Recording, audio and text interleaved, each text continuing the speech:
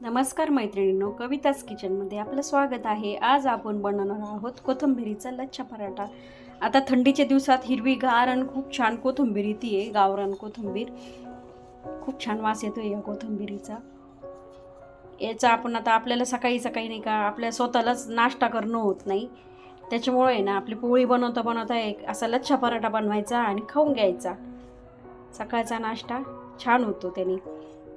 चला तर मग करूया लच्छा पराठा।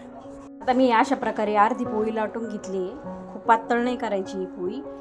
आता याच्यावर आहे ना आपल्याला थोडंसं लाल तिखट भुरभुरायचं आहे।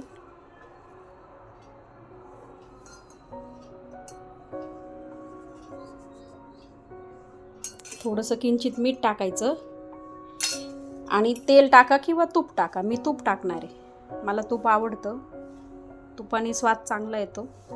आणि हे असं चोळून घ्यायचं हाताने।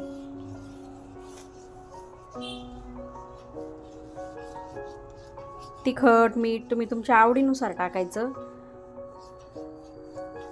तुपाने छान होतो म्हणून मी तूप टाकते, मला तूप आवडतं। ज्याला तूप आवडत नाही त्यांनी तेल टाकलं तरी चालेल। अशी कोथिंबीर सगळी भुरभरून घ्यायची, अशी एकदम बारीक चिरून घेतली आहे कोथिंबीर।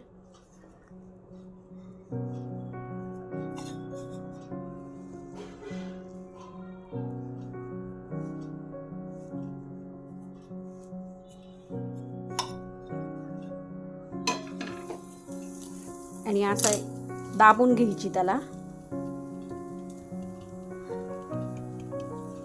म्हणजे ती लाटताना बाहेर सुटणार नाही। आणि एक साईडची अशी कड कापून घ्यायची आणि याचा असा रोल बनवून घ्यायचा।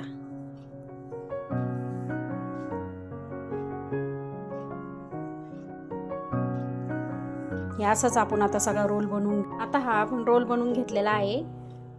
हा असा वरच्या साईडनी आल्लात दाबून घ्यायचा आणि याच्या आल्लात असा पराठा आपण लाटून घेऊ।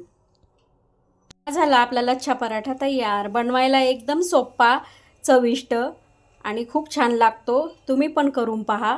रेसिपी आवडल्यास सबस्क्राईब करा, लाईक करा। धन्यवाद।